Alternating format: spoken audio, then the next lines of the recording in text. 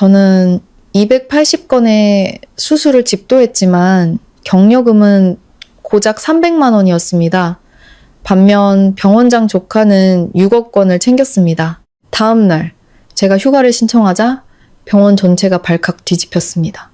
연말에 흉부외과 복도는 소독용 알코올 냄새와 항생제 냄새, 그리고 지독한 피로의 냄새로 가득했습니다. 저는 방금 극도로 긴장되는 관상동맥 우회수를 마치고 무거운 발걸음을 회의실로 옮겼습니다. 입고 있던 하얀 가운은 땀으로 축축하게 젖어 차가운 살갗에 달라붙었습니다.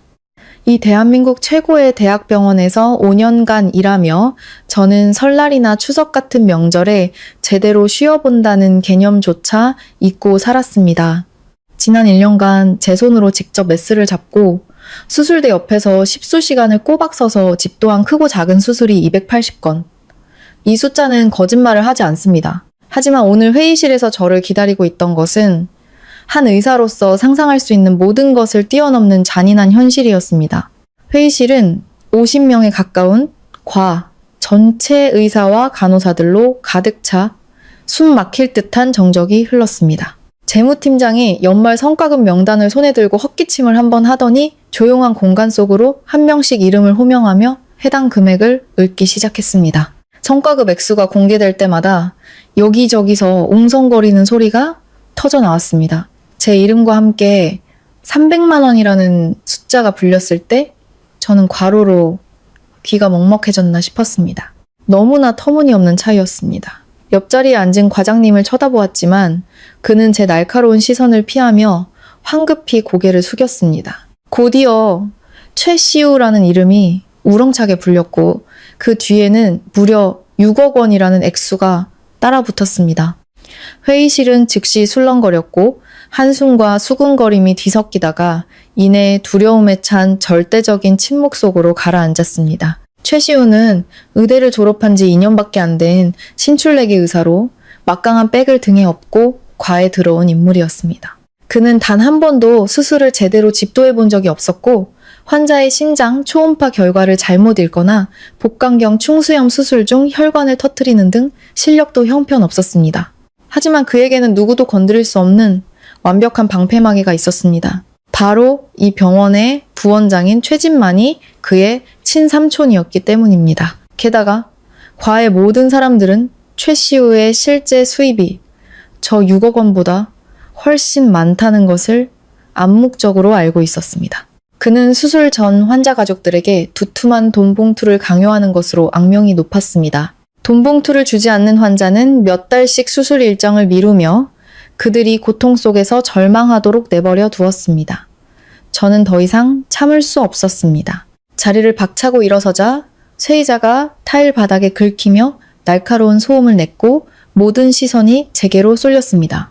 저는 주재자 자리에 거만하게 앉아있는 최진만 부원장의 눈을 똑바로 쳐다보며 재무팀에 올해 성과평가 기준을 명확히 설명해달라고 또렷하게 요구했습니다. 저는 365일 내내 혹사당하며 과에 누구도 맡기 싫어하는 가장 어렵고 위험한 수술, 기저질환이 많은 고령 환자 수술을 전부 도맡아 했습니다. 그런데 어째서 이런 말도 안 되는 평가 결과가 나온 것입니까?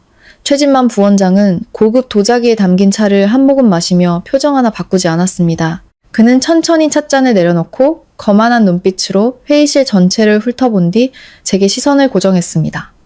그는 요즘 시대에는 의학적 전문성이 전부가 아니라고 말했습니다. 최시우 의사는 뛰어난 소프트 스킬과 환자 및 보호자와의 원만한 소통 능력으로 높은 평가를 받았으며 이로 인해 병원의 환자 만족도를 크게 높였다. 심지어 그는 뻔뻔하게도 올해 우리과에서 발표한 국가급 학술 연구 논문 3편 모두 최시우가 제일 저자로 등재되어 있다고 언급했습니다. 그 말을 듣는 순간 제 안에 피가 들끓었습니다. 두 손은 관절이 하얗게 될 정도로 굳게 말아쥐었습니다. 그 연구들은 제가 자료실에서 수십일 밤을 세워가며 임상 데이터를 수집하고 합병증 비율을 통계내고 한 줄 한 줄 직접 타이핑하여 완성한 제 피와 땀의 결정체였습니다. 서류를 제출하기 직전 최진만 부원장은 저를 사무실로 불러 젊은 후배를 양성해야 한다는 명목으로 최시우의 이름을 공동 저자로 넣으라고 강요했습니다. 그리고 결국 그들은 논문을 학회에 제출할 때 제 이름을 표지에서 완전히 지워버리는 만행을 저질렀습니다.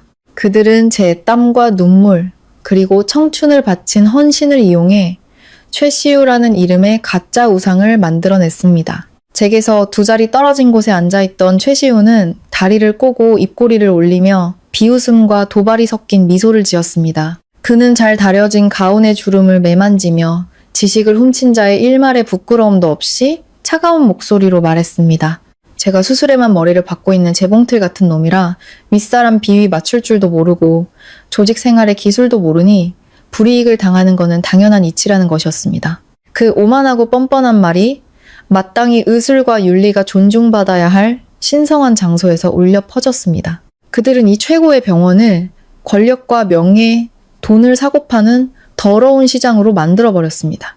저는 손바닥으로 나무 테이블을 세게 내리치며 재무팀과 경영진에게 평가 점수표를 공개하고 모든 직원의 성과 점수를 재산정할 것을 단호하게 요구했습니다. 저는 누구의 자비를 구걸하러 이 자리에 선 것이 아니라고 강조했습니다. 지난 1년간 제가 수술실에 쏟아부은 노동과 지식의 대가를 정당하게 돌려달라는 것뿐이었습니다. 그들이 권력으로 흑백을 뒤바꾸고 다른 사람의 노력을 이렇게 뻔뻔하고 노골적으로 강탈할 수는 없는 노릇이었습니다. 최진만 부원장은 제가 물러설 기미가 없자 침착하던 표정이 순식간에 사납게 변했습니다. 그는 손으로 책상을 세게 내리쳤고 그 소리는 회의실 벽에 부딪혀 섬뜩하게 울렸습니다.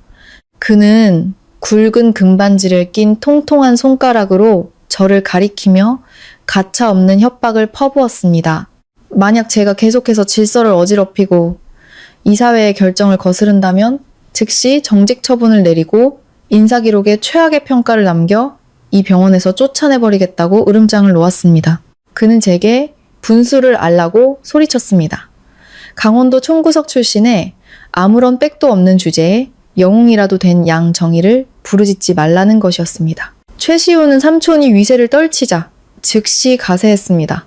그는 자리에서 일어나 가운 주머니에 손을 찔러 넣고는 마치 졸부처럼 거들먹거리며 제게 다가왔습니다. 그는 제 어깨를 거만하게 툭툭 치며 칼날처럼 날카로운 모욕적인 말을 내뱉었습니다. 장모님이 위독해서 비싼 수입약만 쓰고 아내는 곧 첫 아이를 낳는다고 들었다면 비꼬았습니다. 만약 돈이 없어 가족을 건사하기 힘들면 자기에게 고개를 숙여 한마디만 하라는 것이었습니다. 그러면은 자비심을 발휘해서 몇 억 정도는 빌려주겠지만 당연히 차용증을 쓰고 사채 시장 이자를 적용해야 한다고 했습니다. 말을 마친 그는 목을 젖히고 큰 소리로 웃어댔습니다. 그 저속하고 사악한 웃음소리가 제 머릿속에 박혔습니다.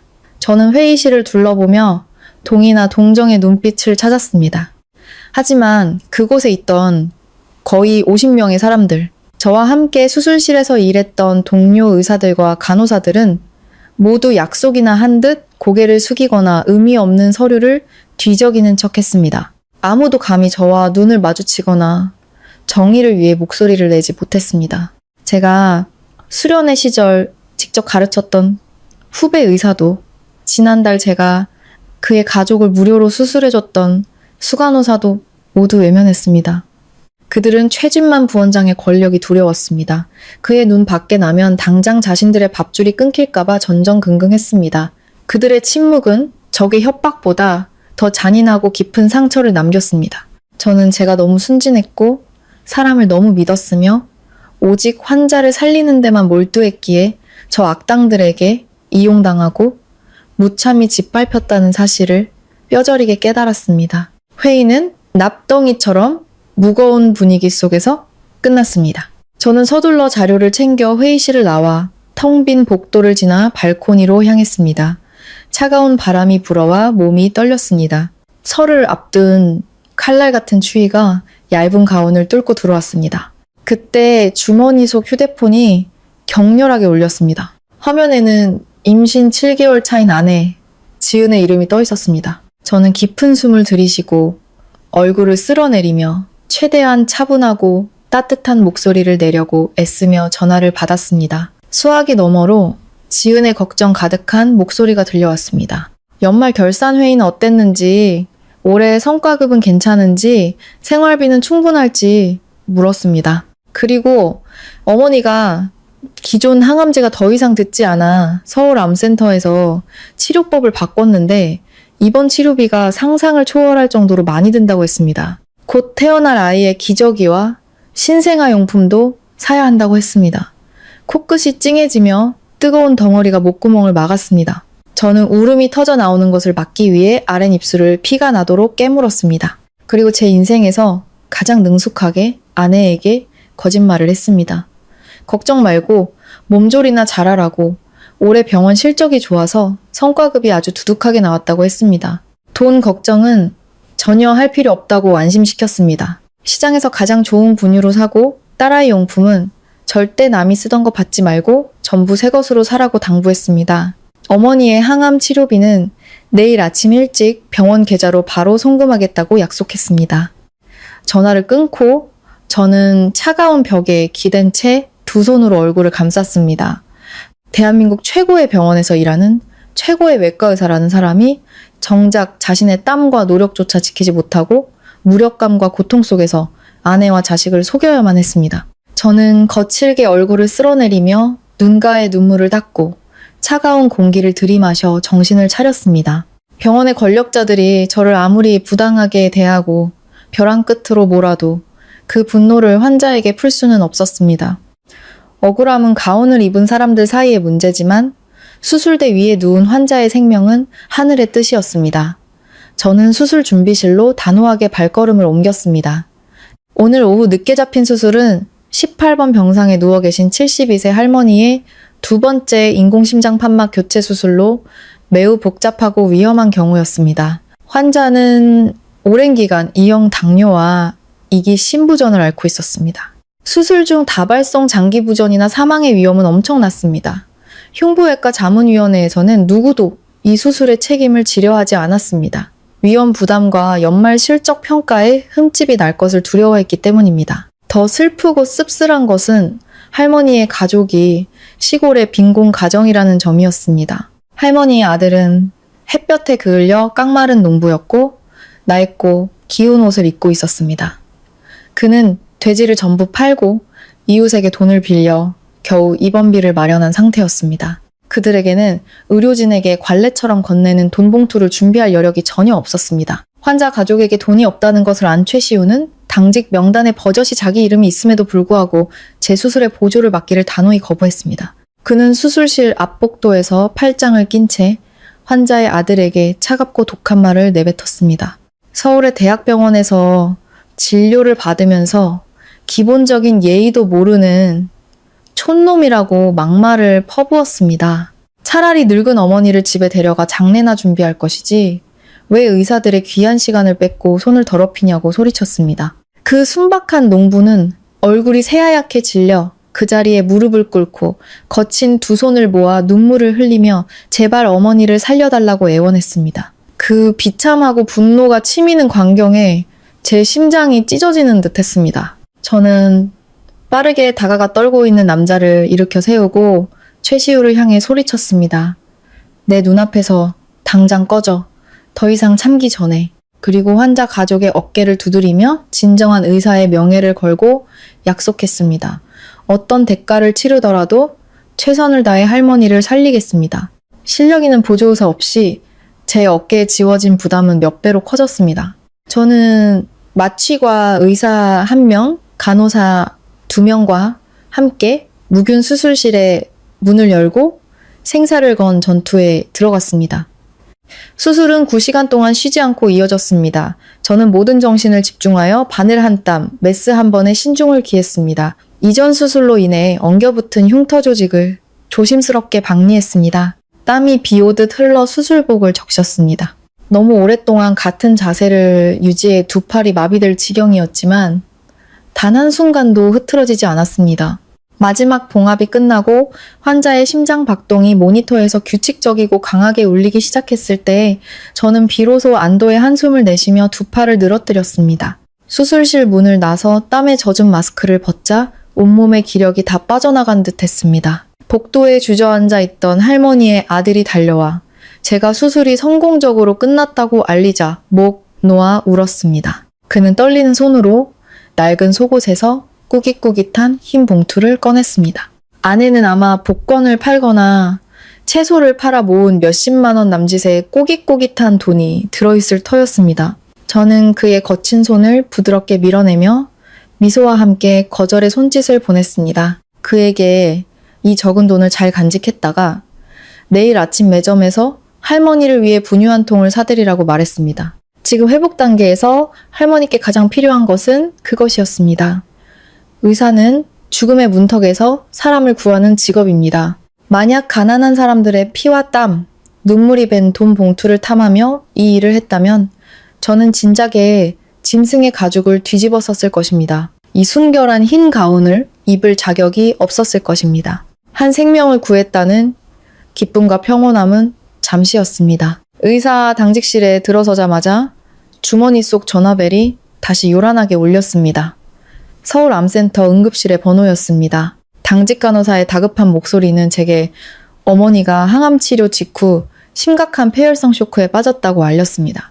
혈압은 위험 수위까지 떨어졌고 혈액 내 백혈구 수치는 거의 0에 가까웠습니다. 장모님은 혼수 상태에 빠져 기관 내 삽관과 인공호흡기 치료를 위해 중환자실로 옮겨졌습니다. 간호사는 보호자로서 즉시 병원으로 와서 위험 감수 동의서에 서명하고 막대한 입원비를 지불해야 한다고 했습니다. 최신 항생제와 생명 유지 장치 비용이 하루에만 200만 원에 달했기 때문입니다.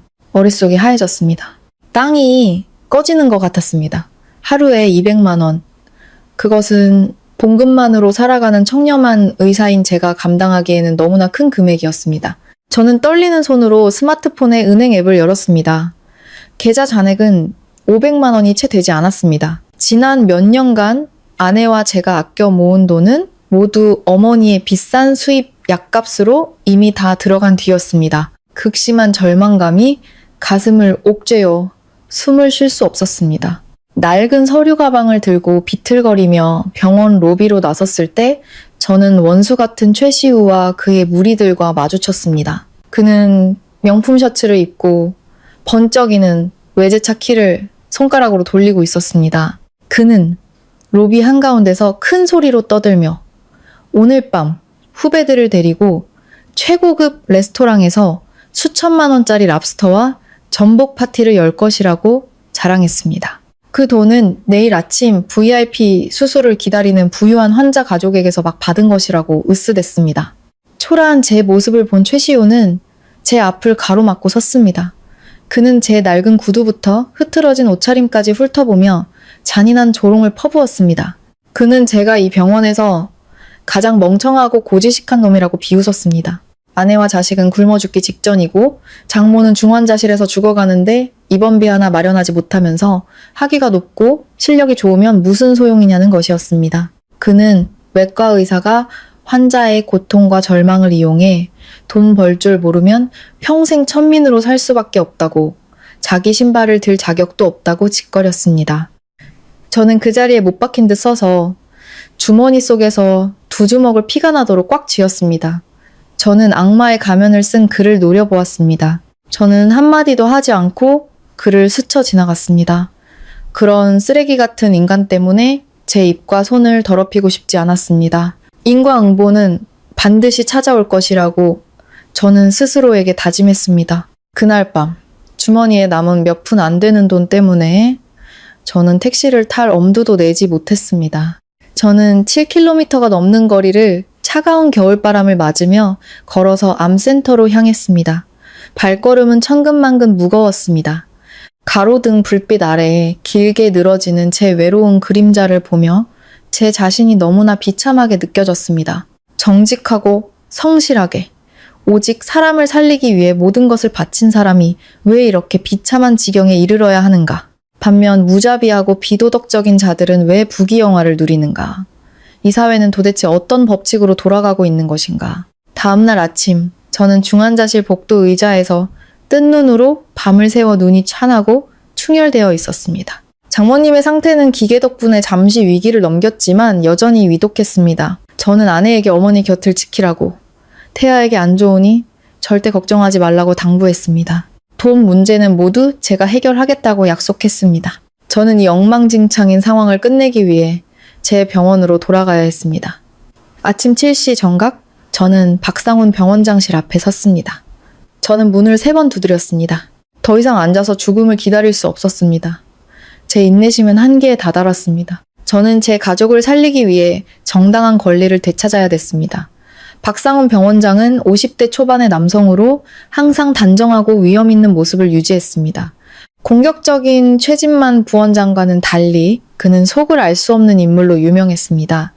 입으로는 부처님 같은 소리를 하면서 뱃속에는 칼을 품고 있다는 평이었습니다. 초췌한 제 모습을 본 그는 자리에서 일어나 직접 따뜻한 물을 한 잔 따라주었습니다. 그는 경험 많은 선배의 톤으로 제 어깨를 두드리며 대의를 위해 자신을 낮추고 인내하라고 조언했습니다. 이 병원은 복잡한 곳이라 물이 너무 맑으면 고기가 살 수 없고 사람이 너무 고두면 부러지기 쉽다고 했습니다. 최시우는 최진만 부원장의 유일한 조카라. 그를 건드리는 것은 병원 지도부 전체의 밥그릇과 체면을 건드리는 것과 같다고 했습니다. 제가 여전히 미동도 없이 그의 불공정한 처사를 받아들일 수 없다는 눈빛을 보내자 그는 길게 한숨을 쉬었습니다. 그는 책상으로 가 잠긴 서랍을 열더니 아주 두툼한 갈색 봉투를 꺼내 제 앞으로 밀었습니다. 그는 목소리를 낮춰 이 봉투 안에는 2천만 원이 들어있으며 어려운 제 사정을 돕기 위한 자신의 개인적인 돈이라고 했습니다. 이것은 부당한 평가에 대한 보상이라고 생각하라며 단 한 가지 조건을 내걸었습니다. 이 돈을 받고 입을 다물고 아무 일도 없었던 것처럼 다시 수술실로 돌아가 병원을 위해 헌신하라는 것이었습니다. 저는 책상 위에 놓인 두툼한 돈 봉투를 내려다보며 참을 수 없는 굴욕감과 분노가 치밀어 오르는 것을 느꼈습니다. 그들은 제 명예와 자존심, 그리고 제가 살려낸 환자들의 생명을 고작 더러운 돈 봉투 하나로 입막음하려 했습니다. 그들은 저를 진창으로 끌어들여 이 병원을 갉아먹는 악과 부패의 공범으로 만들려 하고 있었습니다. 저는 등을 꼿꼿이 폈습니다. 그리고 그 돈 봉투를 박상훈 병원장 앞으로 단호하게 밀어냈습니다. 저는 제 지식과 기술, 노동을 팔아 정당하게 돈을 버는 것이지 어떤 부패한 관리의 동정이나 구걸을 받지 않겠다고 또렷이 말했습니다. 저는 가족 문제를 해결하기 위해 3일간의 휴가 신청서를 책상 위에 올려놓고 그의 허락 따위는 필요 없다는 듯 돌아섰습니다. 박상훈 병원장은 제 단호한 태도에 얼굴이 굳어지며 싸늘하게 변했습니다. 그는 제 휴가 신청서를 구겨 바닥에 던져버리고 병원은 지금 인력이 부족하니 단 하루도 자리를 비울 수 없으며 무단결근 시 즉시 해고하겠다고 윽박질렀습니다. 저는 그의 깊은 눈을 똑바로 쳐다보며 더 이상 존중이나 타협의 여지가 없는 단호한 목소리로 말했습니다. 만약 병원이 이 문제를 공정하게 해결하지 않고 제 연구 논문의 명예를 회복시켜주지 않는다면 저는 단순히 휴가를 가는 것이 아니라 이 모든 진실을 세상에 폭로하고 이 썩어빠진 곳을 영원히 떠나겠다고 경고했습니다. 저는 뒤도 돌아보지 않고 사무실을 나와 문을 쾅 닫았습니다. 문이 닫히는 순간 저는 이 병원에 뿌리내린 거대한 어둠의 권력과 전면전을 선포했음을 직감했습니다. 저는 거친 숨을 몰아쉬며 복도를 걸었습니다. 분노가 여전히 가슴속에서 불타올랐지만 정신은 그 어느 때보다 차갑고 날카로워졌습니다. 저는 저들이 결코 순순히 제게 공정을 돌려주지 않을 것임을 깨달았습니다. 그들은 힘없는 직원들을 짓밟는 데 익숙했습니다. 제가 목소리만 높여서는 순식간에 권력에 짓눌릴 것이었습니다. 이 벌레 같은 자들을 무너뜨리려면 빼도 박도 못할 증거, 즉 최시호의 논문 강탈과 뇌물 수수 범죄를 입증할 원본 자료가 필요했습니다. 첫 번째 목적지는 병원의 모든 종이 진료 기록이 보관된 의무 기록실이었습니다. 저는 문을 열고 들어가 의무 기록실장에게 연구를 위해 작년 흉부외과 수술 기록 목록을 빌려달라고 요청했습니다. 실장은 저를 의심스러운 눈초리로 쳐다보더니 컴퓨터를 뒤지는 척 하다가 연말 보안 규정상 이사회에 서명 없이는 기록을 열람할 수 없다고 둘러댔습니다. 그의 변명에서 저는 그들이 이미 손을 써뒀다는 것을 알았습니다. 더 이상 시간을 낭비할 수 없었습니다. 저는 병원 뒤편의 IT 센터로 향했습니다. 제 목표는 의료 데이터 시스템을 관리하는 동향 후배 박서준이었습니다. 그의 어머니가 뇌졸중으로 쓰러졌을 때 제가 병상을 마련해주고 절차를 도와준 적이 있었습니다. 저는 서늘한 서버실로 들어가 서준을 구석으로 데려갔습니다. 저는 제 절박한 상황을 설명했습니다. 서준은 곤란해하며 땀을 흘렸습니다. 허가 없이 서버에 접근하는 것은 심각한 규정 위반이었고 발각되면 즉시 해고될 일이었습니다. 하지만 제 눈에서 절망과 결의를 본 그는 과거의 은혜를 갚겠다며 결국 돕기로 했습니다. 저는 마지막 남은 500만 원을 그의 손에 쥐어주며 어머니 약값에 보태라고 말했습니다. 이것은 벼랑 끝에 몰린 남자들 사이의 의리였습니다. 서준은 최고관리자 계정으로 시스템에 접속했고 흉부외과의 방대한 데이터가 화면에 나타났습니다. 저는 화면에 바싹부터 제가 집도한 280건의 수술 원본 기록을 확인했습니다. 저는 모든 기록을 휴대폰으로 빠짐없이 촬영했습니다. 데이터를 깊이 파고들수록 분노는 극에 달했습니다. 저는 가장 성공적이었던 80건의 복잡한 수술 기록에서 제 이름 김민준이 삭제되고 그 자리에 최시우의 이름이 뻔뻔하게 들어가 있는 것을 발견했습니다. 그들은 제 피와 땀을 훔쳐 무능한 조카의 화려한 이력서를 만들어준 것이었습니다. 서버 기록에는 이 조작을 실행한 계정 아이디가 선명하게 남아 있었습니다. 바로 최진만 부원장의 계정이었습니다. 1000장이 넘는 증거 사진을 확보한 후 저는 서준에게 고맙다고 말하고 서둘러 서버실을 떠났습니다. 저는 병원 뒤뜰 벤치에 앉아 모든 사진 파일을 압축했습니다. 그리고 이 증거 파일을 첨부하여 긴급 이메일을 작성했습니다. 수신이는 제 대학 시절 스승님이자 현재 보건복지부 감사실에서 고위직을 맡고 계신 이현욱 교수님이었습니다. 전송 버튼을 누르고 전송 성공 메시지를 확인한 후에야 저는 안도의 한숨을 내쉴 수 있었습니다. 이제 불씨는 던져졌습니다. 정의의 불길이 저 악마들을 불태울 시간만을 기다리면 되었습니다. 이틀 후 흉부외과는 숨 막히는 긴장감에 휩싸였습니다. 보건복지부에서 대규모 특별감사가 예정보다 한 달 일찍 시작될 것이라는 소식이 병원 전체에 퍼졌기 때문입니다. 감사 소식에 병원 지도부는 발등에 불이 떨어진 듯 분주했습니다. 특히 최진만 부원장은 공포에 떨었습니다. 자신이 조카를 위해 조작한 기록들이 곧 백일화에 드러날 위기에 처했기 때문입니다. 그날 오후 저는 최진만 부원장실로 긴급 호출되었습니다. 방에 들어서자 숨 막히는 담배 연기가 가득했습니다. 최 부원장은 초조하게 방 안을 서성이고 있었고 그의 얼굴은 창백했습니다. 그는 문을 잠그고 두꺼운 진료 기록 뭉치를 책상 위에 던졌습니다. 그는 제게 일주일 안에 이 80개의 수술 기록을 모두 새로 작성하라고 협박과 애원이 섞인 목소리로 말했습니다. 그의 비열한 목적은 감사팀이 오기 전에 제가 직접 최시우의 이름으로 가짜 서명을 하고 조작된 전자기록과 종이기록을 일치시키도록 만드는 것이었습니다. 저는 단호하게 고개를 저으며 그의 비겁함을 쏘아보았습니다. 저는 이런 뻔뻔한 사기 행위에 결코 협조하지 않겠다고 선언했습니다.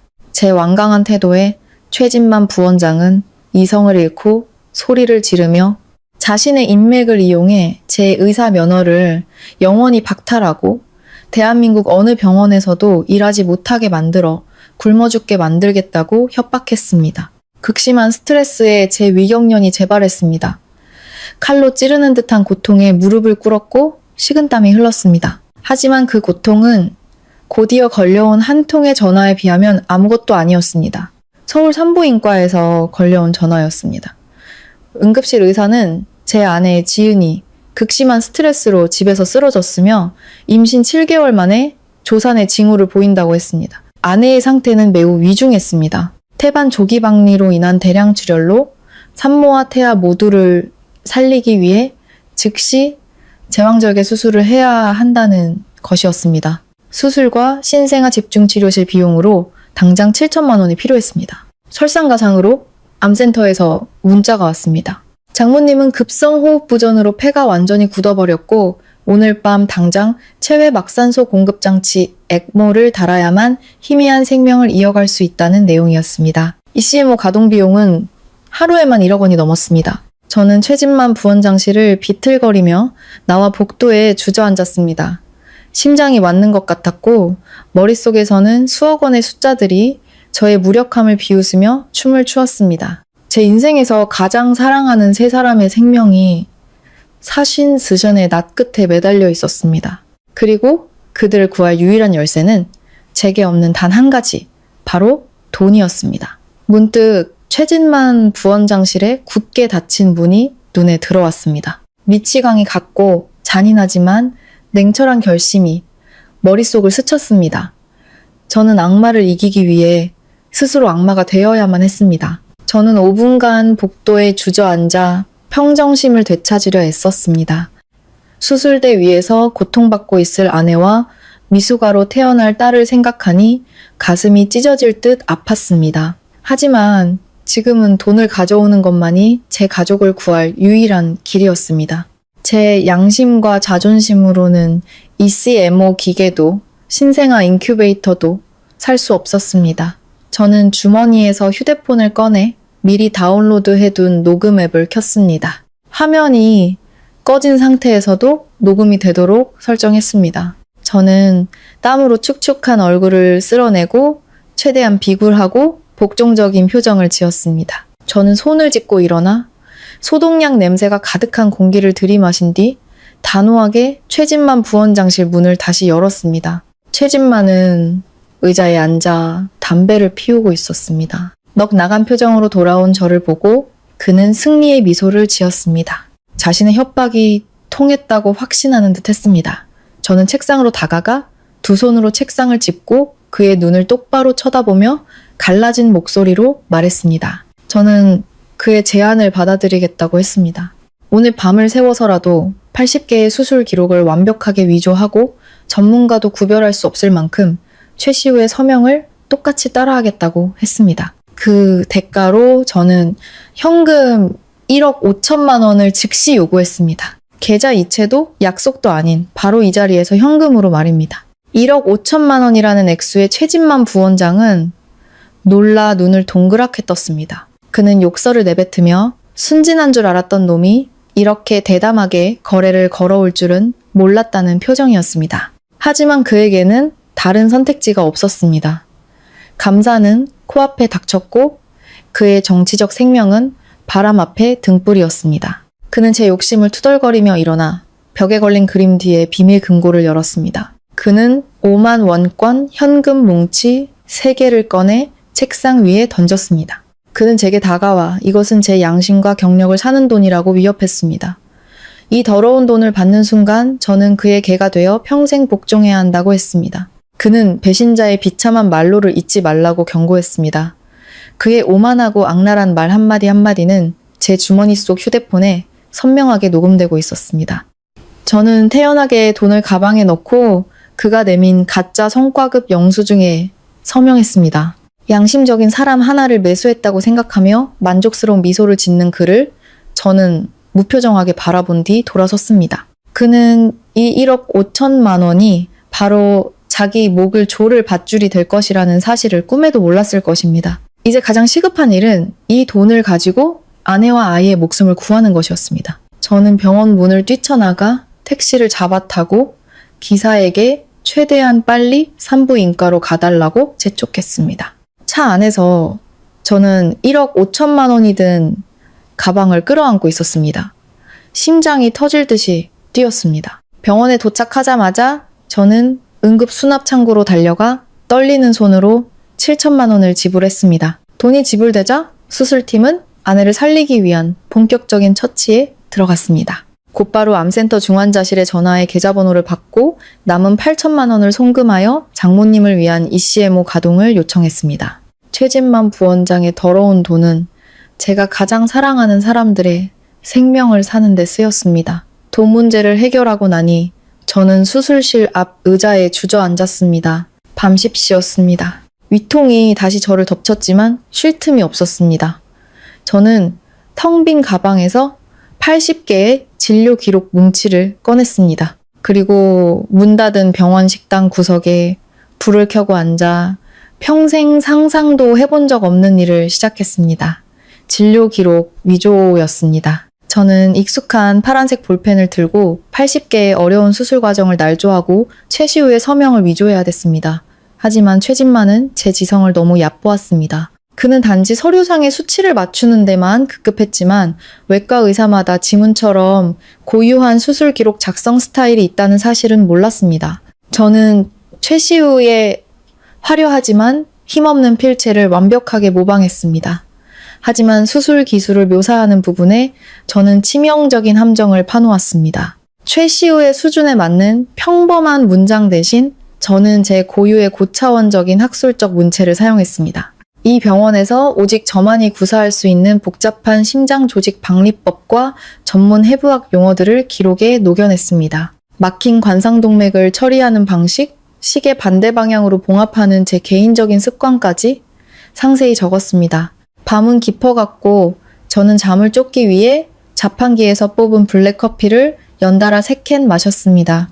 6시간 동안 펜을 쥔 오른손은 굳어갔고 손가락 마디는 욱신거렸지만 멈추지 않았습니다. 제가 가짜 기록지에 적는 한 글자 한 글자는 최진만과 최시우의 경력을 묻을 무덤의 벽돌이었습니다. 동이틀 무렵, 저는 외관상으로는 완벽한 80번째 위조 기록을 완성했습니다. 저는 완성된 모든 서류를 사진으로 찍고 노트북을 열어 보완 작업을 시작했습니다. 최진만과의 거래 녹음 파일, 80개의 위조 기록 사진, 그리고 서준이 백업해둔 원본 서버 데이터를 하나의 폴더로 묶었습니다. 최고 수준의 암호를 걸어 국제 클라우드 서버에 업로드한 뒤 이현욱 교수님께 보안 메시지로 링크와 암호를 보냈습니다. 그리고 짧은 메시지를 덧붙였습니다. 교수님, 부패 세력을 무너뜨릴 모든 증거가 준비되었습니다. 오늘 밤 저는 마지막 덫을 완성했습니다. 부디 면밀히 살펴봐 주십시오. 전송 버튼을 누르고 노트북을 덮었습니다. 진짜 전쟁은 이제부터 시작이었습니다. 아침 8시, 전화벨 소리에 저는 벌떡 일어나 신생아 중환자실로 달려갔습니다. 당직 의사는 지친 얼굴이었지만 밝은 눈빛으로 아내의 수술이 성공적으로 끝났다고 알려주었습니다. 하지만 미숙아로 태어난 딸은 폐가 완전히 발달하지 못해 비싼 비용이 드는 인큐베이터 안에서 인공호흡기에 의지해야 했습니다. 저는 무균복을 입고 중환자실로 들어갔습니다. 투명한 유리 너머 제 딸은 수많은 튜브에 둘러싸여 작고 붉은 가슴을 힘겹게 들썩이고 있었습니다. 심장이 조각나는 것 같았습니다. 차가운 유리에 손을 대자 눈물이 바닥으로 떨어졌습니다. 저는 속으로 딸의 이름을 부르며 제 목숨을 바쳐서라도 지켜주겠다고 맹세했습니다. 하지만 슬퍼할 시간도 잠시 또다시 암센터에서 전화가 걸려왔습니다. 어젯밤 보낸 8천만 원은 ECMO 장비 가동비에 불과했고 폐혈증을 막기 위해 한 병에 수천만 원짜리 수입 항생제를 계속 투여해야 한다는 것이었습니다. 오늘 아침까지 추가 비용을 내지 않으면 약물 공급을 중단할 수밖에 없다는 통보였습니다. 입술을 깨물자 피가 흘렀습니다. 1억 5천만 원은 하룻밤 사이에 모두 사라졌고 저는 다시 빈털터리가 되었습니다. 저는 휴대폰 주소록을 뒤졌지만 병원 지도부에 찍힌 저에게 돈을 빌려줄 동료는 아무도 없었습니다. 마지막으로 저는 대학 동기인 강태호의 이름에서 멈췄습니다. 그는 병원을 나와 개인 병원 체인을 운영하며 크게 성공한 친구였습니다. 저는 부끄러움을 무릅쓰고 전화해 장모님을 살리기 위해 3억 원을 빌려달라고 부탁했습니다. 집을 담보로 잡겠다고 했습니다. 냉정한 동료들과 달리 태호는 아무것도 묻지 않았습니다. 그는 친구 사이에 무슨 말이 필요해? 돈 걱정은 하지 마 라고 말했습니다. 3분도 채 되지 않아 3억 원이 입금되었다는 메시지가 도착했습니다. 저는 다시 눈물을 흘렸습니다. 이번에는 사람의 온기가 느껴지는 따뜻한 눈물이었습니다. 저는 즉시 항생제 비용을 결제하여 장모님을 죽음의 위기에서 구했습니다. 모든 일을 처리한 후 저는 위조한 진료 기록을 들고 제 병원으로 돌아가 최진만 부원장에게 건넸습니다. 병원 로비에 들어서자마자 저는 최시우와 마주쳤습니다. 그는 젊은 의사들에게 둘러싸여 아첨을 받고 있었습니다. 지친 제 모습을 본 그는 경멸의 미소를 지었습니다. 그는 큰 소리로 제 아내가 조산하고 장모님이 위독하다는 사실을 다 알고 있다고 떠벌렸습니다. 그는 제게 다가와 귓가에 속삭였습니다. 산부인과 병원장과 암센터 과장이 모두 자기 삼촌의 술친구라며 만약 내일 감사팀 앞에서 1억 5천만 원에 대해 한마디라도 하면 전화 한 통으로 제 딸의 인큐베이터 산소 공급을 중단하겠다고 기술적 결함으로 중단시키고 장모님의 항생제 공급을 재고 부족으로 늦출 수 있다고 협박했습니다. 그는 제게 가족의 목숨을 걸고 자신의 권력과 맞서보라고 도발했습니다. 마지막 한 방울의 물이 잔을 넘었습니다. 제 인내심은 끝났습니다. 저는 폭력으로 대응하지 않았습니다. 제 손은 사람을 살리는 메스를 잡는 손이지 쓰레기를 만지는 손이 아니었습니다. 저는 한 걸음 물러서 폭풍전야의 호수처럼 고요하고 깊은 눈으로 그를 쳐다보았습니다. 제 눈에 그는 이미 사형대에 오르는 시체나 다름없었습니다. 저는 옅은 미소를 짓고 아무 말 없이 서류를 품에 안고 최진만 부원장실로 향했습니다. 덫은 놓였습니다. 악마들이여, 오늘 밤 실컷 춤을 춰라. 내일 아침 정의의 태양이 너희를 모두 잿더미로 만들 것이니 다음날 아침 7시 병원은 긴장과 흥분이 뒤섞인 분위기로 술렁였습니다. 경영진은 모든 청소 인력을 동원해 병원 구석구석을 청소했고 보건복지부 감사단 환영이라는 현수막이 곳곳에 걸렸습니다. 박상훈 병원장과 최진만 부원장은 최고급 양복을 차려입고 가식적인 미소를 지으며 감사단을 기다렸습니다. 최시우 역시 의사 대표단의 맨 앞줄에 서서 마치 훈장을 받을 왕자처럼 거만하게 서 있었습니다. 오전 8시 정각 검은색 관용차 3대가 병원으로 들어섰습니다. 차문이 열리고 강직하기로 소문난 강민호 감사국장이 내렸습니다. 그의 뒤를 이어 제 스승님이신 이현욱 교수님이 위험 있는 모습으로 내렸습니다. 박상훈 병원장은 허리를 굽히며 강 국장에게 아첨했고 최진만 부원장은 최시우의 손을 끌어당겨 그가 80건의 어려운 수술을 성공시킨 천재 의사라고 치켜세웠습니다. 최시우는 가식적인 겸손함으로 고개를 숙였습니다. 강 국장은 차갑게 고개를 끄덕일 뿐이었습니다. 그는 이곳에 칭찬을 듣거나 파티를 하러 온 것이 아니라고 선언했습니다. 그는 즉시 회의실로 이동해 모든 진료 기록과 재무 서버를 검토하겠다고 말했습니다. 특히 그는 지난주 흉부외과 최시우 의사의 돈봉투 강요에 대한 수많은 익명의 제보가 접수되었다고 강조했습니다. 제보라는 말에 최진만 부원장의 미소가 굳어졌습니다. 최시우 역시 당황하여 삼촌에게 도움을 청하는 눈빛을 보냈습니다. 하지만 노련한 박상훈 병원장은 그것이 병원의 명예를 훼손하려는 악의적인 소문일 뿐이라며 감사에 전적으로 협조하겠다고 말했습니다. 회의실 안은 숨막히는 긴장감이 감돌았습니다. 이현욱 교수님은 제 곁을 지나가며 말없이 고개를 끄덕여 주셨습니다. 그 눈빛은 제가 보낸 증거들이 정의의 수호자들 손에 안전하게 있다는 무언의 확신이었습니다. 바둑판은 이미 짜였고 이제 이 거짓된 연극을 끝낼 결정적인 수가 던져질 차례였습니다. 회의실은 비공식적인 법정으로 변했습니다. 수십 개의 진료 기록이 테이블 위에 산더미처럼 쌓였습니다. 회계팀은 재무자료를 검토하기 시작했고 이현욱 교수님이 이끄는 의료 전문가팀은 수술 기록을 한 장씩 넘겼습니다. 최진만 부원장과 최시우는 맞은편에 앉아 초조함에 땀을 뻘뻘 흘렸습니다. 군병원 흉부외과 과장 출신의 한 노련한 전문가 임 박사님이 최시우의 이름으로 된 80개의 수술 기록을 천천히 훑어보았습니다. 회의실은 종이 넘기는 소리만 들릴 뿐 쥐 죽은 듯 조용했습니다. 기록을 깊이 읽어갈수록 임 박사님의 미간이 좁혀졌습니다. 그는 안경을 고쳐 쓰고 떨고 있는 최시우를 날카롭게 쳐다보았습니다. 임 박사님은 한 수술 기록을 가리키며 왜 유착된 조직을 봉합하는데 시계 반대 방향 봉합술이라는 고난도 기술을 사용했는지 설명하라고 요구했습니다. 10년 이상 경력의 의사도 쓰기 힘든 기술이었습니다. 최시우는 얼굴이 빨개져 횡설수설했습니다. 인터넷에서 배웠다고 둘러댔지만 임 박사님은 책상을 내리치며 그의 말을 끊었습니다.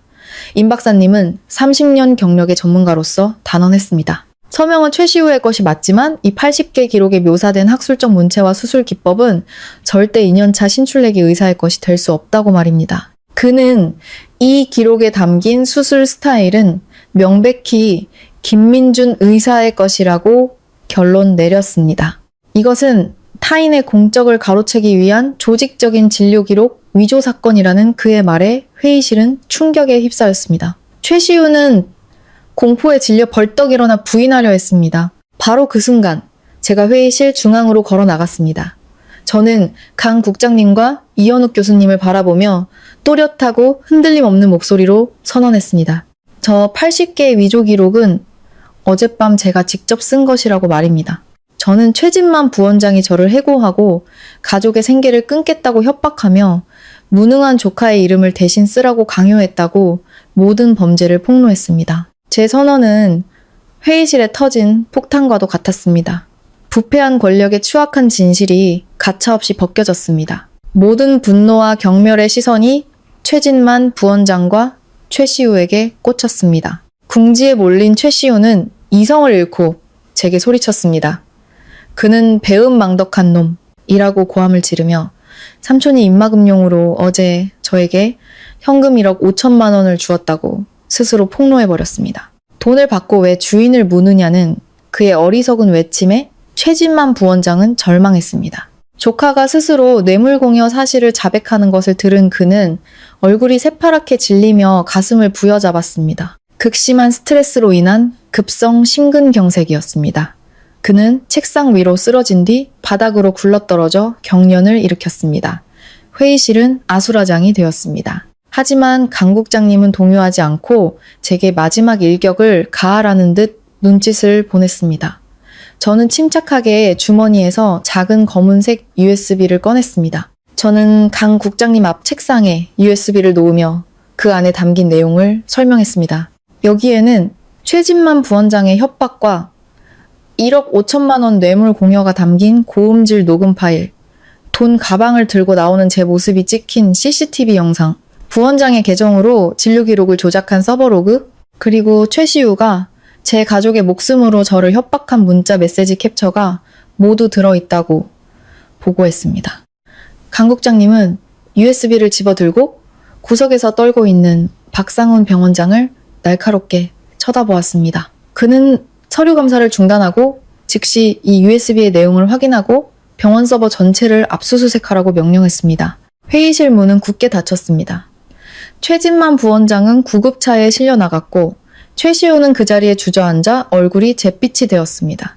악마는 스스로 판 무덤에 빠졌고 정의의 빛이 이 병원의 가장 어두운 구석을 태우기 시작했습니다.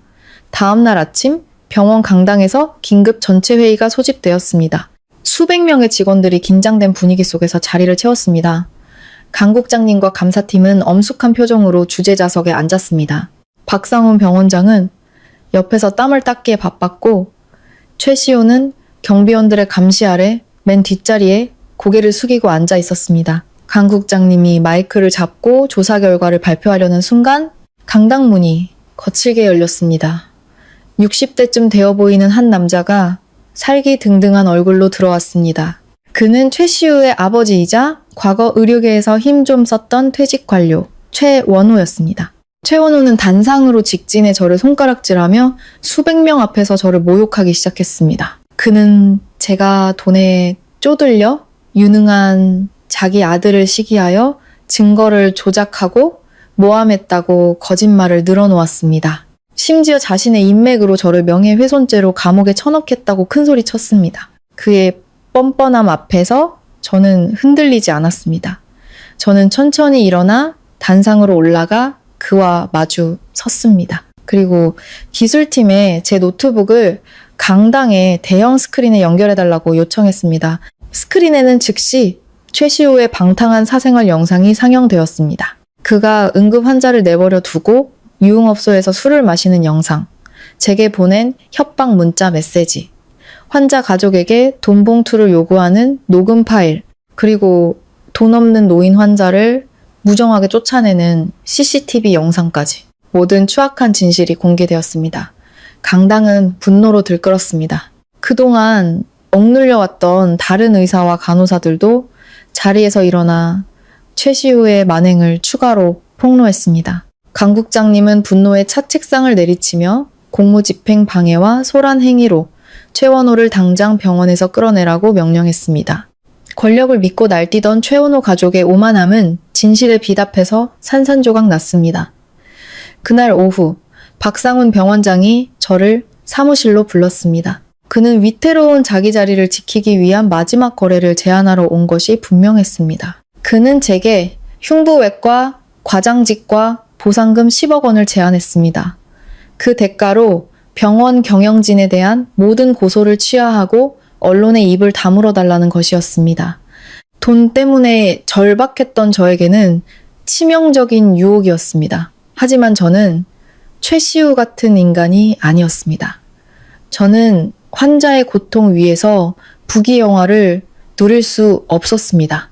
저는 천천히 찻잔을 내려놓고 그 더러운 제안을 단호히 거절했습니다. 의사의 명예는 10억 원이나 명예직으로 살 수 있는 것이 아니라고 선언했습니다. 만약 제가 타협한다면 저 역시 이 썩은 시스템의 일부가 되어 가난한 환자들의 피를 빠는데 동조하는 꼴이 될 것이었습니다. 저는 미리 준비해둔 사직서를 그의 책상 위에 던졌습니다.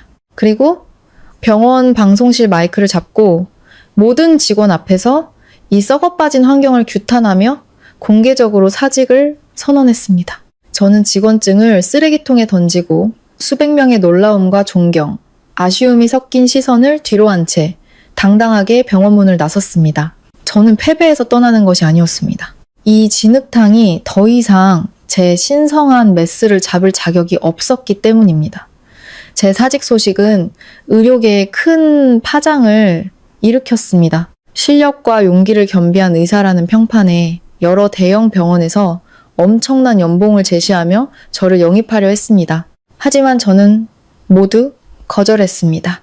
제 목표는 돈이 아니라 진정으로 환자를 위한 공정한 환경을 찾는 것이었기 때문입니다. 사직한 지 3일째 되던 날, 저는 서울시립병원의 정태영 원장님으로부터 특별한 전화를 받았습니다. 서울시립병원은 최고의 시설과 무엇보다 청렴한 경영진으로 유명한 곳이었습니다. 원장님은 직접 산부인과로 찾아와 과일 바구니를 건네며 제 아내와 아이의 안부를 물었습니다.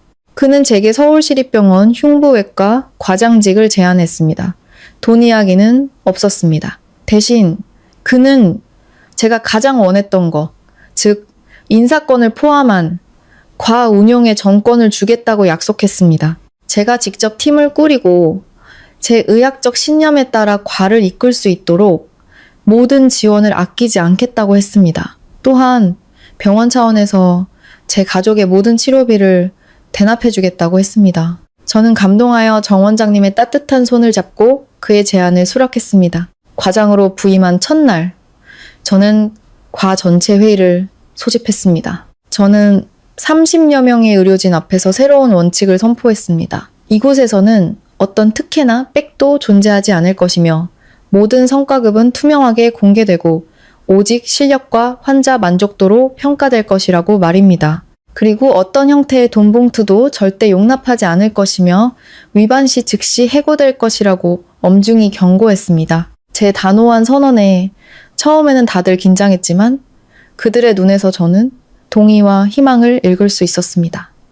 제 이직 소식은 금세 퍼져나갔습니다. 제가 떠난 대학 병원은 주동자들이 처벌받았음에도 부패의 뿌리가 완전히 뽑히지 않았습니다. 최진만의 잔당들은 여전히 환자들에게 돈을 요구했습니다. 분노한 환자들은 결국 한계에 다다랐습니다.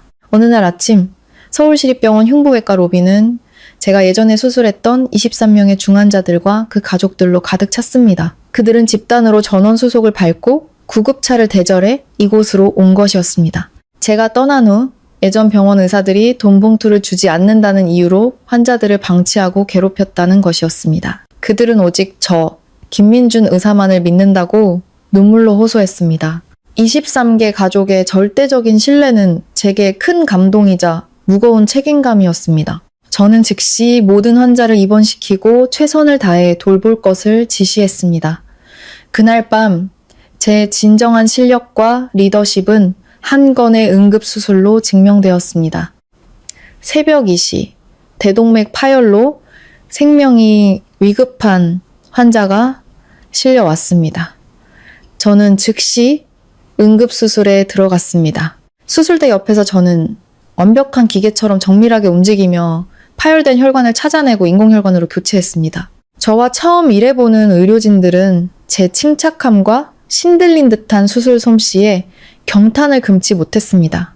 수술은 성공적으로 끝났고 환자는 기적적으로 살아났습니다. 땀에 젖어 수술실을 나서는 저를 당직 팀원 전원이 복도에 서서 박수갈채로 맞이해 주었습니다. 그 순간부터 제가 세운 돈봉투 금지라는 철칙은 이 과에 흔들리지 않는 신념이 되었습니다. 어느 화창한 봄날 아침, 병원의 평화는 정문에서 들려오는 소란으로 깨졌습니다. 일단의 무리가 확성기와 현수막으로 응급차 출입구를 막고 시위를 벌이고 있었습니다. 그 중심에는 최시우의 아버지 최원호가 있었습니다. 그는 초라한 모습으로 제가 살인의사이며 동료의 공을 가로챘다는 허위 사실이 적힌 현수막을 들고 있었습니다. 20여 명의 험악한 인상의 청년들이 그를 둘러싸고 있었습니다. 정태환 원장님과 보안팀이 현장에 도착했지만 저는 그들을 제치고 직접 최원호와 마주섰습니다. 최원호는 저를 보자 더욱 광분하며 아들의 무죄를 입증할 증거라며 서류 한 뭉치를 제 얼굴에 들이밀었습니다. 그는 사설 감정기관에서 필적 감정을 받았다며 80개의 진료 기록이 제 필체가 아니라는 결과가 나왔다고 소리쳤습니다. 제가 전문 위조범을 고용해 자기 아들을 모함했다는 것이었습니다. 그는 당장 저를 해고하지 않으면 병원 문을 닫게 만들겠다고 협박했습니다. 저는 조용히 서서 그가 소리를 지르다 지칠 때까지 기다렸습니다. 그리고 그가 내민 감정서를 받아들었습니다. 저는 병원 외부 방송 시스템을 이용해 공개적으로 답변하겠다고 했습니다.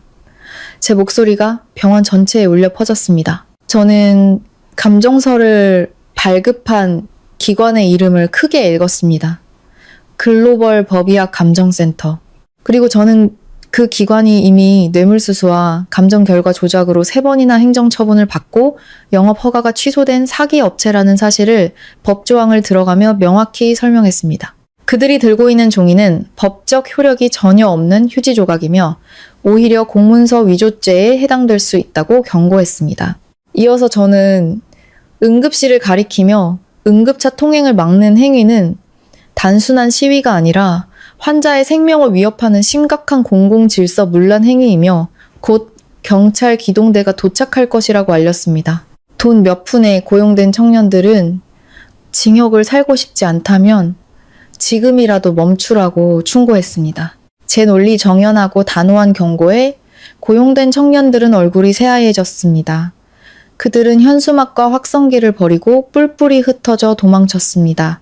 그 자리에는 최원호 혼자 멍하니 서 있었습니다.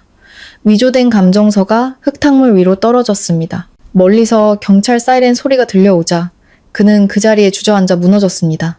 부패한 가족의 비참한 최후였습니다. 저는 조용히 병원으로 돌아섰습니다. 그로부터 한 달 반 후 예전 병원에 대한 보건복지부의 최종 감사 결과가 발표되었습니다. 최진만 부원장은 파면 및 뇌물수수 혐의로 구속되었습니다. 박상훈 병원장은 관리 소홀의 책임을 물어 행정직으로 강등되었습니다. 그리고 최시우는 의료윤리 위반, 진료 기록 위조, 금품 갈취 등의 사유로 의사 면허가 영구 박탈되었습니다. 한때 세상을 다 가진 듯 거만했던 그는 이제 평생 씻을 수 없는 오명을 안고 살아가게 되었습니다. 감사 결과는 제 결백을 공식적으로 증명해 주었습니다. 하지만 저에게 가장 큰 기쁨은 잃어버린 명예가 아니었습니다. 바로 제 가족이었습니다. 한 달 반 동안 인큐베이터 안에서 사투를 벌였던 제 딸이 마침내 스스로 숨을 쉴 수 있게 되었습니다. 태어나는 날, 아내와 저는 서로를 부둥켜 안고 울었습니다. 간호사가 따뜻한 담요에 쌓인 작고 소중한 생명을 제 품에 안겨주었을 때 제 어깨를 짓누르던 모든 무게가 사라지는 것 같았습니다. 장모님께도 기적이 찾아왔습니다. ECMO와 신약치료 덕분에 기적적으로 회복하여 일반 병실로 옮기셨고 서울시립병원의 직원 가족 의료비 지원 덕분에 더 이상 치료비 걱정을 하지 않게 되었습니다. 어둠은 완전히 걷히고 밝은 아침이 찾아왔습니다. 서울시립병원에서의 첫 달은 바쁘지만 보람으로 가득 찼습니다. 첫 월급날 제 통장에는 이 580만 원이라는 숫자가 찍혔습니다. 그것은 제 땀과 노력에 대한 정당하고 투명한 대가였습니다. 저는 아내의 통장으로 큰 돈을 보내며 이제 다시는 고생시키지 않겠다고 약속했습니다. 제 소식을 들은 예전 병원의 실력 있는 의사와 간호사들이 줄지어 서울시립병원으로 이직해왔습니다. 우리 과는 순식간에 실력과 인성을 겸비한 최강의 팀으로 거듭났습니다. 6개월 후 저는 전국 흉부외과 학회에서 제가 개발한 새로운 수술법에 대해 발표하는 영광을 안았습니다. 저는 기술적인 내용뿐만 아니라 의사의 진정한 책임과 의사 윤리에 대해 역설했습니다. 발표가 끝나자 강당의 모든 의사들이 기립하여 뜨거운 박수를 보내주었습니다. 학회를 마치고 집으로 돌아오는 길이었습니다. 사거리에서 신호대기를 하던 중 제 눈에 한 남자가 들어왔습니다. 그는 낡은 양복을 입고 땀을 뻘뻘 흘리며 사람들에게 전단지를 나눠주고 있었습니다. 그의 옆에는 의료기기 납품 전문이라고 쓰인 삐뚤빼뚤한 팻말이 세워져 있었습니다. 그는 바로 최씨우였습니다. 한때 사람의 목숨을 좌지우지하며 거만하게 굴던 그는 이제 초라하고 지친 모습으로 길거리에서 구걸하듯 전단지를 돌리고 있었습니다. 우연히 저와 눈이 마주친 그는 제 차를 알아보고는 황급히 고개를 돌려 모자를 푹 눌렀었습니다. 그 모습의 통쾌함보다는 깊은 평온함이 느껴졌습니다. 인과응보. 악을 뿌린 자는 반드시 폭풍을 거두는 법입니다. 신호가 녹색으로 바뀌었습니다. 저는 가볍게 엑셀을 밟았습니다. 차는 아내와 사랑스러운 딸이 기다리는 따뜻한 집을 향해 빛나는 미래를 향해 부드럽게 나아갔습니다.